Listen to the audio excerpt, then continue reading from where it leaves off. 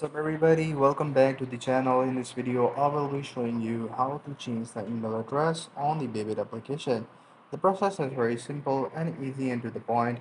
Make sure you follow the video till the end to get to know about it. So first thing is, all you have to do is to go to the top left corner of the screen where the profile section is at, and in the profile section go under the profile and you will see the security tab. Just go to the security task and then go to the email address. So here's the email. So here's the two options. One is unlike my registered email and the second one is change my registered email. Just go with the second option. So once you will go and agree with the second option terms and condition, so just go and click on OK and you will be able to write in a different email for the your registered account. So that's pretty much it. I hope you find this video helpful. If you do, please consider subscribing to the channel. Take care. Bye bye.